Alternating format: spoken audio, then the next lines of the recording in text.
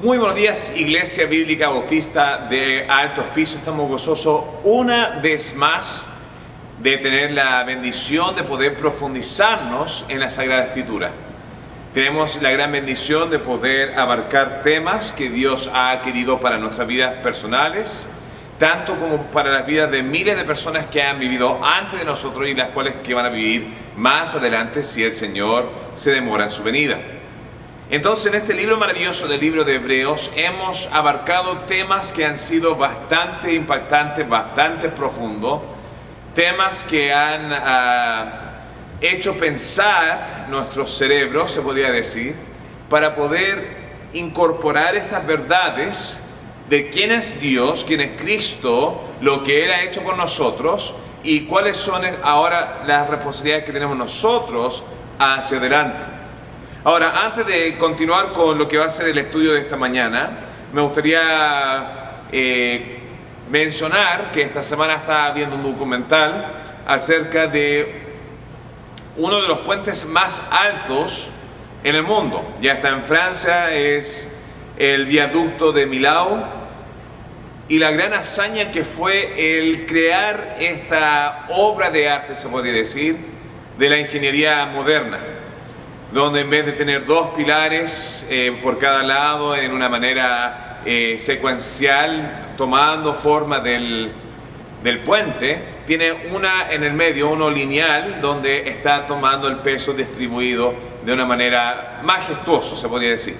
Ahora, viendo aquella obra de la ingeniería, muchas veces nosotros podemos estar manejando encima de lo que es un puente y ni siquiera darnos cuenta del acto de fe que estamos tomando en aquel ingeniero o ingeniera quien diseñó, el arquitecto, los obreros, si es que siguieron las reglas o no de la construcción nacional, y ponemos nuestra fe encima de esas calles.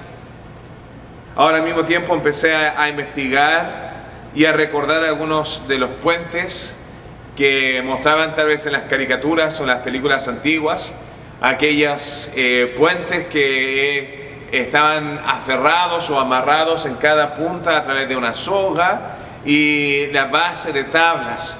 Y realmente el valor, el coraje que uno debería tener al andar en esos peldaños, teniendo la confianza que el que lo diseñó lo hizo bien, que el tiempo no ha quemado ninguna soga importante, que la madera sigue firme y que va a poder mantener nuestro peso. Ahora, yo sé que eso es más fácil para algunos que para otros, porque no todos pesan lo mismo. Pero el punto principal acá, en el deseo de poder cruzar de un lado al otro, toma un cierto nivel de fe. Y el día de hoy, en Hebreos capítulo 11, vamos a estar viendo realmente lo que es la fama, el salón de la fama, se podría decir, de la fe. Los gigantes del Antiguo Testamento, quienes cambiaron el mundo, cambiaron historia, cambiaron la escritura, cambiaron el rumbo de la humanidad a causa de la fe que ellos tenían. Ahora, si yo tuviera que hacer la pregunta el día de hoy, ¿quién acá necesita más fe o quién acá le gustaría tener más fe? Yo sé que las manos de la mayoría de los que están presentes en el salón esta mañana o aquellos que están viendo esta grabación después podrían atestiguar conmigo que querrían tener más fe. Entonces el día de hoy vamos a abarcar esta temática de fe. El libro de Hebreos hemos hablado de todo lo que Dios ha hecho por nosotros para tener acceso a Dios. Vimos la identidad de Cristo, vimos la urgencia de la salvación, vimos la motivación a la salvación, la funcionalidad de Jesús como sumo sacerdote. Hemos visto el nuevo pacto, hemos visto muchos diferentes temas teológicos. Ahora, el día de hoy vamos a tomar nuestra responsabilidad. ¿Qué debo hacer yo? ¿Cuál es mi función dentro de todo este esquema que Dios ha puesto delante de mí para poder avanzar en esta peregrinación de la vida? ¿Qué es mi responsabilidad? Y ahí es donde vamos a ir a Hebreos capítulo 10 y vamos a comenzar leyendo versículo 37 hasta el capítulo 11 versículo 1. Ya van a ser 4 versículos breves. Dice así: Porque aún un poquito, y el que ha de venir vendrá y no tardará, hablando de Cristo en su segunda venida. Mas el justo vivirá por fe. Y si retrocediere, no agradará a mi alma, pero nosotros no somos de los que retroceden para perdición, sino de los que tienen fe para preservación del alma. Y acá vamos a ver lo que es la gran declaración, la gran confesión, se podría decir, de lo que significa fe, porque todo el mundo habla acerca de un tipo de fe. Cada humano en cierto nivel ejerce cierto nivel de confianza o fe en algo o en alguien superior. Y acá vemos aquella declaración. Hebreos 11:1 dice: es pues la fe, la certeza de lo que se espera, la convicción de lo que no se ve. Y luego capítulo 11 empieza a abarcar cada uno de estos gigantes. Habla de Enoc, habla de Noé, de Abraham, de Sara, Isaac, Jacob, José, los padres de Moisés, etc. Pero la gran pregunta del día de hoy entonces es: ¿qué es verdaderamente fe? Si esa es nuestra responsabilidad de la vida, si es la clave para poder empezar a aplicar el resto de todo, ¿qué es fe? ¿Cómo lo adquiero? ¿Y por qué lo quiero? Y eso van a ser algunas de las preguntas que vamos a estar respondiendo el día de hoy. Entonces, entendiendo lo que es fe, vamos a ver una dualidad en beneficios para tu vida de por qué tú deberías tener fe. ¿Ya? Uno de los beneficios o una de las áreas, ¿ya?, o fuentes de por qué deberíamos tener fe es por el beneficio que viene de parte de Dios. Y luego la segunda parte es los beneficios que vienen de parte del hombre a causa de su fe.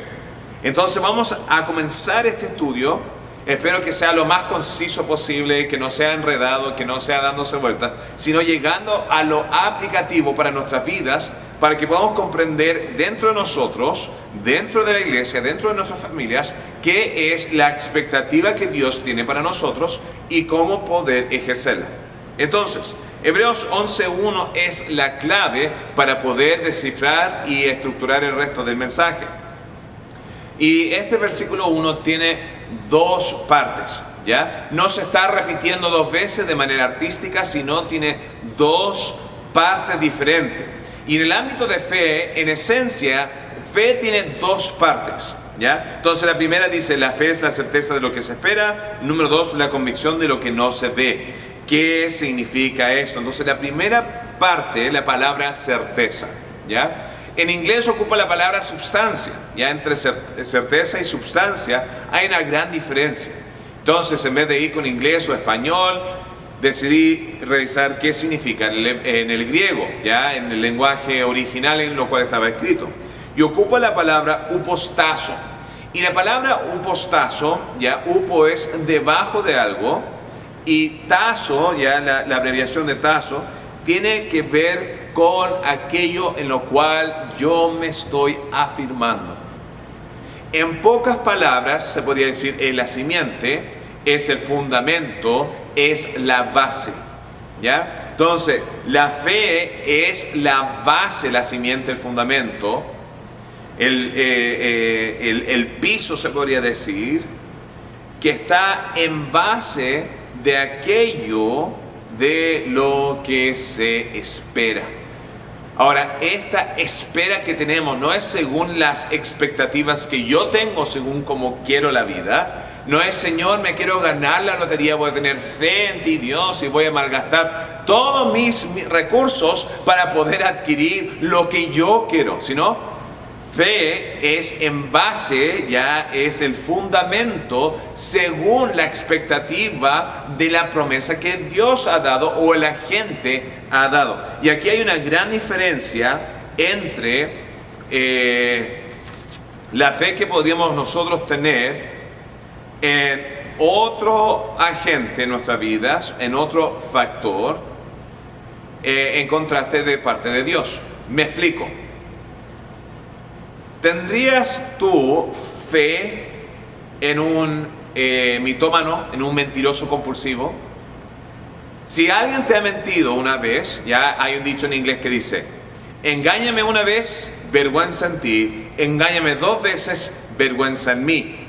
Y estaba hablando acerca de que yo debí haber aprendido la lección la primera vez, pero caí de nuevo en confiar en alguien que no era fidedigno de confiar. Ahora, en esta parte, ¿tú podrías tener fe o confianza en un mentiroso compulsivo? La respuesta es no. ¿Por qué? Porque el agente en el cual te está haciendo la promesa no es fidedigno. Su base, su fundamento, su simiente, se podría decir, no es firme. Entonces la base de nuestra fe no es el producto de cuánto yo puedo creer, sino es en la fuente correcta en quien puedo confiar. Mi padre lo ilustraba de la siguiente manera, lo encuentro esto fascinante, ¿ya? Me ha gustado hasta el día de hoy. Digamos que estás en Canadá o en la Antártida o donde haya nieve y hay un lago que fue congelado y hay 2 personas. Uno dice, yo tengo fe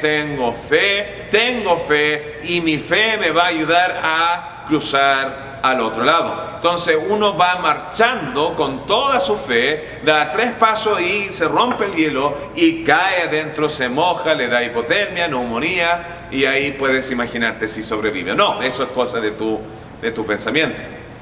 La segunda persona empieza a arrastrarse en el piso por otro lado. Ahora, en el lado donde él está, hay una capa de 25 metros de profundidad de hielo, entonces no importa cómo él se está moviendo, él se arrastra con el mayor temor, con la mayor precaución y llega al otro lado.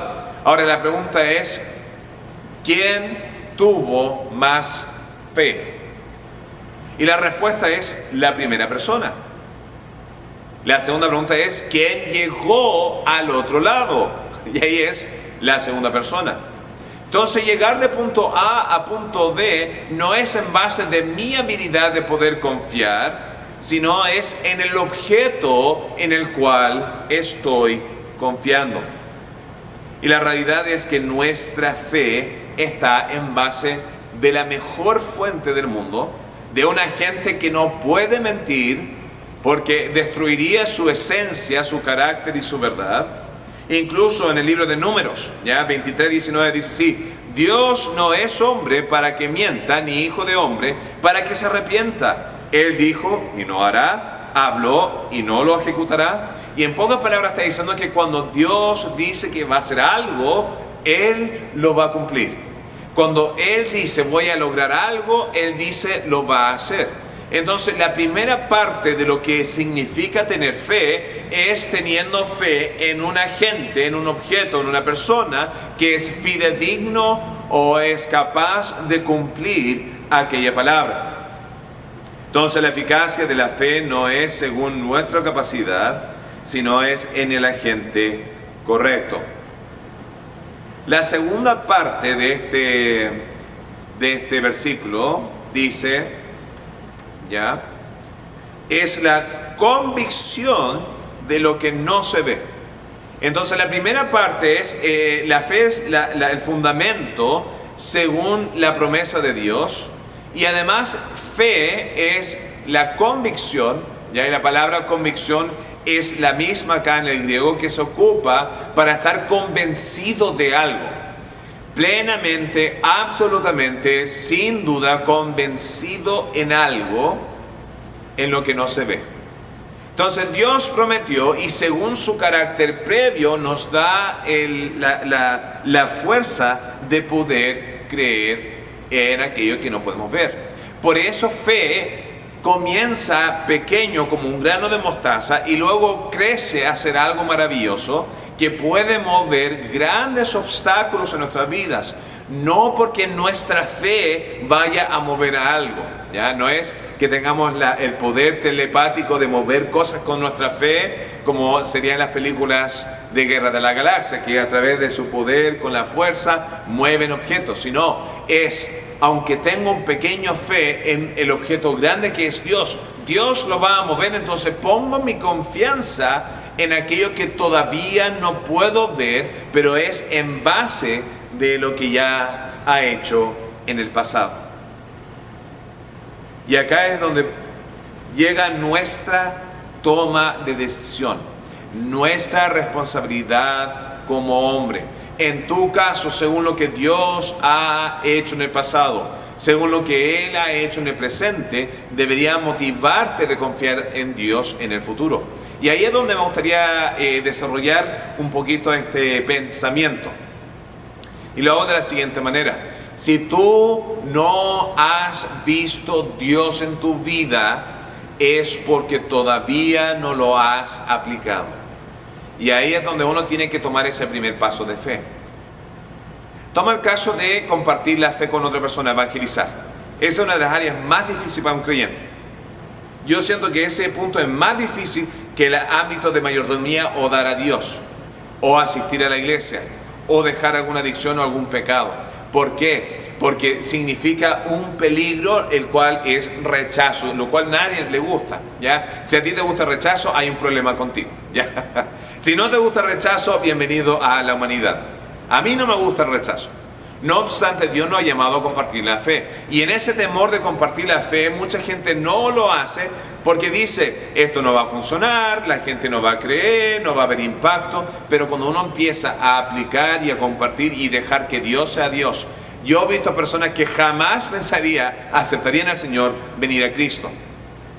Yo he visto gente que yo decía, esto va a ser un desperdicio de mi tiempo porque esta persona supuestamente lo tiene todo, no tiene necesidad de Dios, y eran los primeros en llorar a todo reventar, se podría decir. ¿Por qué? Por su necesidad, por el quebrantamiento de algo más grande. Pero cuando tú empiezas a aplicarlo, empiezas a ver que funciona, sea en el ámbito de tus finanzas, sea en el ámbito de tu familia, sea en el ámbito de tu matrimonio, sea en el ámbito de perdón, sea en el ámbito de evangelismo, de ministerio, de hablar, de enseñar, de predicar, de lo que sea.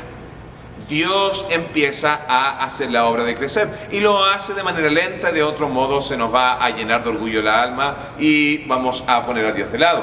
Entonces, mientras más has visto el poder de Dios y cómo Él funciona, tu fe va a ser el resultado de esa experiencia y no viceversa. Entonces podríamos hablar de gente que está en la iglesia el día de hoy, que han visto grandes cosas en su vida. Uno dice, esa persona tiene mucha fe, que vive con fe. Pero vive con fe, no por la habilidad o el poder que tenemos dentro de nosotros, sino porque hemos visto a Dios obrar en nuestras vidas. Dios bendice. Entonces, ¿qué es el beneficio de la fe? Vimos lo que significa fe. Está el factor Dios y el factor de mi decisión humano. El factor de Dios, Dios dice, cumplirá y es todopoderoso. Factor humano, debo simplemente entregarlo a manos de Dios, decidir seguir hasta terminar aquello que me mandó a hacer.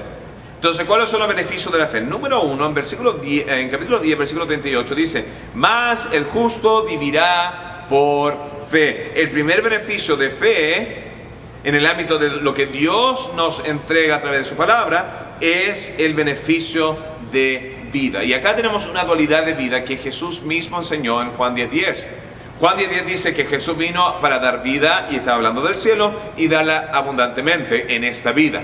Entonces, acá tenemos una dualidad o una dicotomía o un par de vidas que Dios nos da, la vida eterna y la vida en esta vida. Y la vida eterna nosotros adquirimos al confiar en lo que hizo Cristo, ya no confiar más en mis buenas obras, en quien conozco, en lo que sea, sino cambiar ese modo de pensar. Eso se llama arrepentimiento. Y al hacer eso, la salvación nos es entregada y tenemos vida eterna en el cielo. ¿Ya? Entonces ese es el primer paso, tenemos vida eterna. Pero además tenemos vida abundante en esta vida. Y se logra a través de, cuando tengo fe, Dios me va a dar sabiduría. Eso es una claridad, una ayuda a entender cómo verdaderamente es vivir. Sobrevivir no es vivir, ¿ya? Sobrevivir no es vivir. Hay mucha gente que está sobreviviendo a esta vida. Está yendo de pago en pago en su cheque, está tratando de aguantar al jefe, está tratando de aguantar al esposo o la esposa, está tratando de aguantar a los hijos, está aguantando, tratando de sobrevivir. Esa no es la vida que Dios quiere para ti, ¿ya? La vida abundante que Dios te quiere dar es alcanzada a través de sabiduría. Saber cómo lidiar con gente difícil, saber cómo tomar decisiones buenas de estar en el trabajo correcto o no, saber con quién casarme o no, saber cómo lidiar con mis hijos o no, saber cómo ser gozoso o no, según la actitud y no la circunstancia. Y todas estas cosas Dios la entrega, pero no la vamos a ver en práctica hasta que confiemos, tengamos esa fe en la palabra de Dios. La palabra de Dios dice, haz esto y esto pasará. Entonces hay que tomar fe en aplicarlo, porque muchas veces va a tomar un cierto nivel de tiempo antes de tomar aquel beneficio, y eso se llama fe, según la palabra de Dios. La mayor expresión de gozo, la mayor expresión de satisfacción, de experiencia, de vivencia, viene según las ordenanzas de Dios, y cuando entiendo cuáles son y lo pongo en práctica, ahí es cuando verdaderamente viviré. Isaías 55 lo estaba leyendo esta semana, ¿ya? Finalmente terminé Isaías. El año pasado me tomó 6 meses hacer un estudio de versículo tras versículo, y dije, ya voy a poder tomarme un descanso. Y ahora que lo leo de nuevo, cada cosa se me regresa a la mente, y también me demoré un tiempo con esto. Pero Isaías 55, ya, versículo 6, dice, buscad a Jehová mientras pueda ser hallado, llamadle en tanto que esté cercano, deje el impío su camino y el hombre inicuo su pensamiento, y sigue abajo, porque, versículo 8, mis pensamientos no son vuestros pensamientos, ni vuestros caminos mis caminos, dijo Jehová. Como son más altos los cielos que la tierra, así son mis caminos más altos que los vuestros, que vuestros caminos, y mis pensamientos más que vuestros pensamientos. En otras palabras, lo que es natural para el hombre y lo que Dios tiene para el hombre son muy diferentes.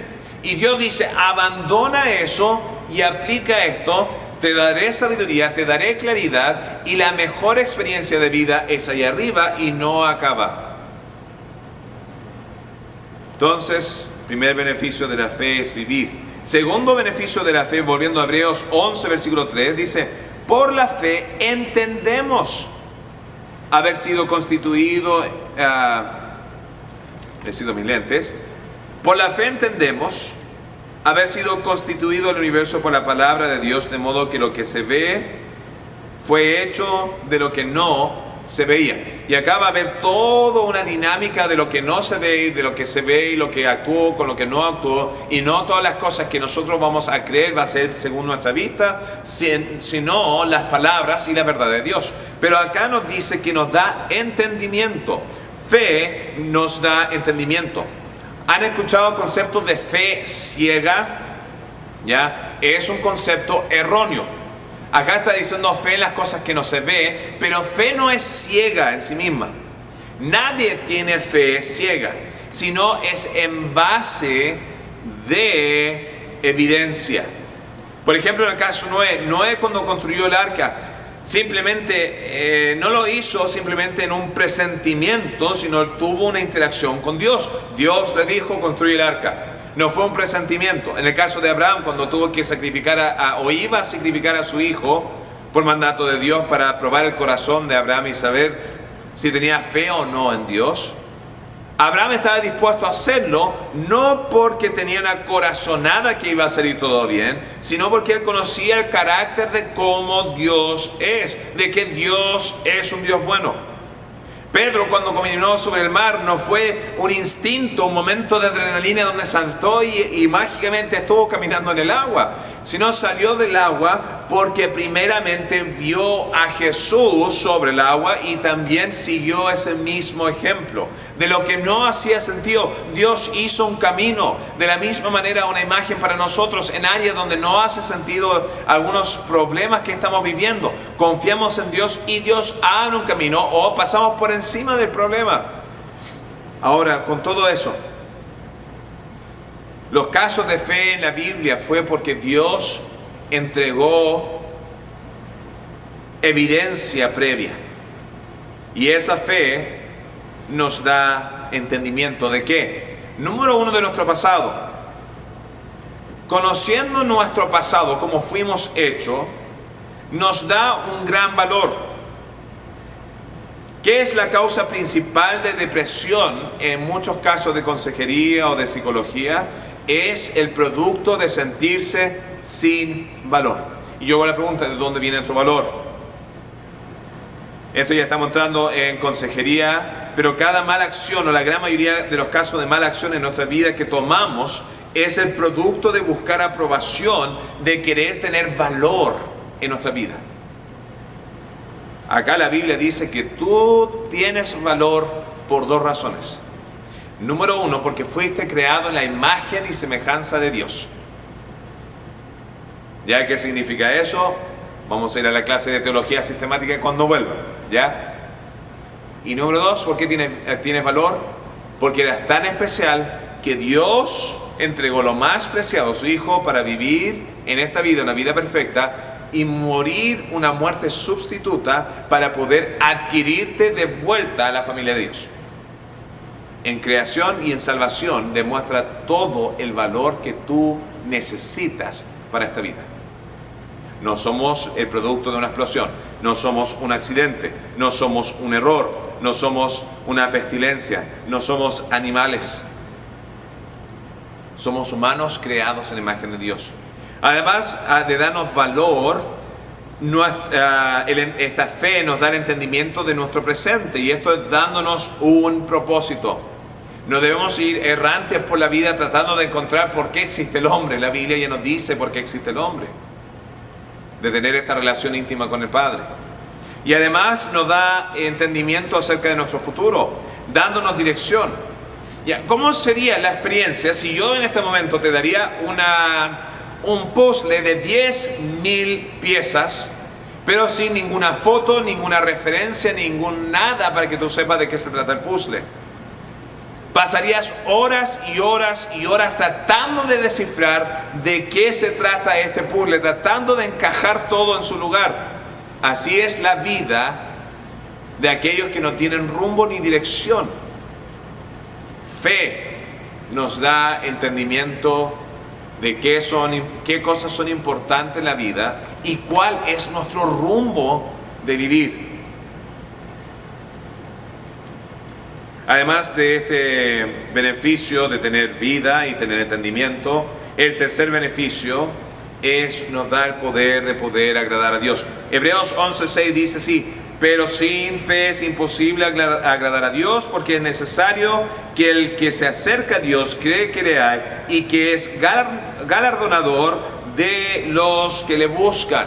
En otras palabras, este texto dice: fe es la herramienta que Dios nos ha dado según la promesa firme de Dios, y nuestra responsabilidad es la clave indispensable para poder agradar a Dios. ¿Por qué? Porque fe cambia nuestra forma de pensar, lo cual conlleva a una nueva manera de actuar.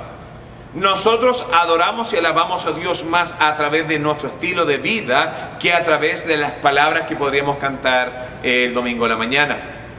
Aunque proclamar las grandezas de Dios a través de cánticos es un punto indispensable dentro del formato de la alabanza y la adoración, Dios es más alabado por nuestra vida, por nuestro corazón y nuestras acciones, que por las cosas que salen de nuestras bocas. Entonces, el beneficio de Dios. Ahora, en este tema de cómo agradar a Dios, hay tres tipos de personas que tienen fe. Hay aquellos que tienen una ausencia de fe en Dios, hay aquellos que tienen una imitación de fe, y después tenemos fe genuina. Una ausencia de fe conlleva a una vida buscando agradarse a sí mismo. Si tú vives tu vida tratando de agradarte a ti mismo, estás demostrando una ausencia de fe. Una imitación, una imitando fe, es alguien que está buscando agradar a gente alrededor de sí y no a Dios en el cielo. ¿Estás tú tratando de hacer obras en la iglesia o en tu vida, en tu matrimonio, en tu familia o en el trabajo para agradar a aquellos alrededor? ¿Estás imitando tener fe pero no es una fe genuina. Fe genuina es cuando todo lo que tú haces, piensas y hablas, lo haces en el entendimiento que estás tratando de agradar a Dios. Y es un factor bastante importante y difícil de lograr, porque Dios todavía no se ve.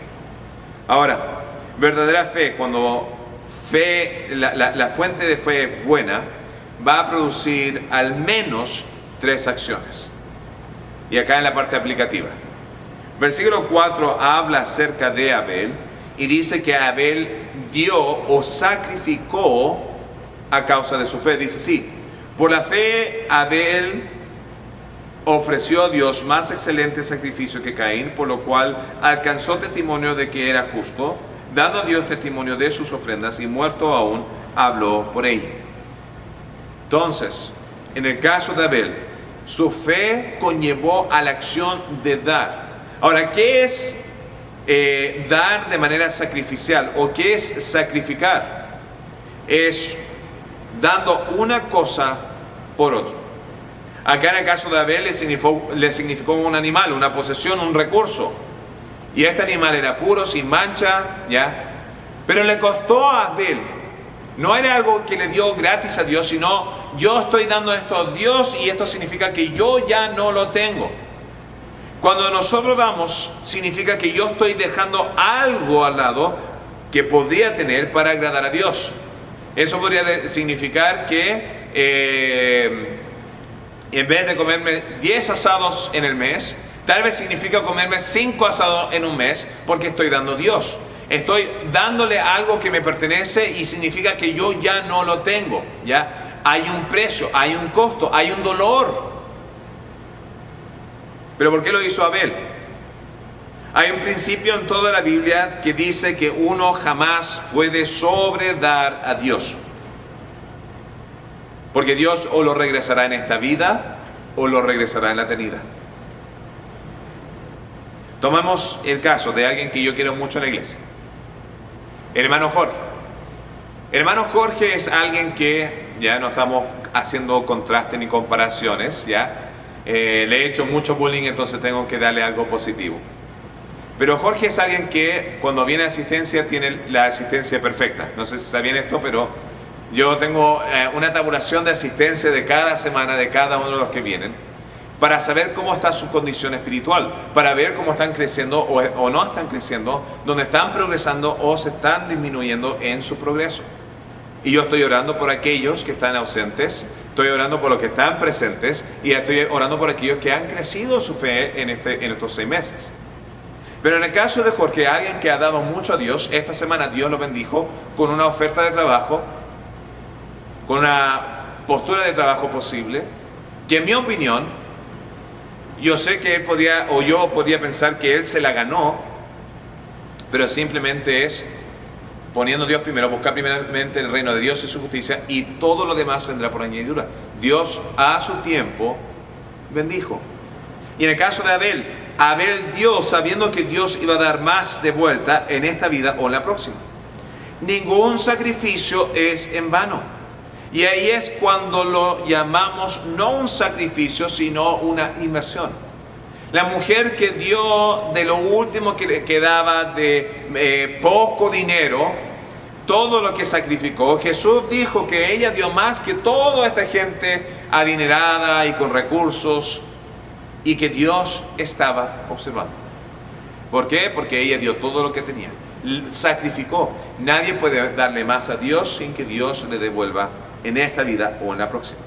Entonces Abel tenía fe en la bendición y la benevolencia de Dios. Por eso fe conllevó a dar. En versículo 7 dice: por la fe Noé, cuando fue advertido por Dios acerca de cosas que aún no se veían, como lluvia y diluvio, con temor preparó el arca en que su casa se salvase, y por esa fe condenó al mundo y fue hecho heredero de la justicia que viene por la fe.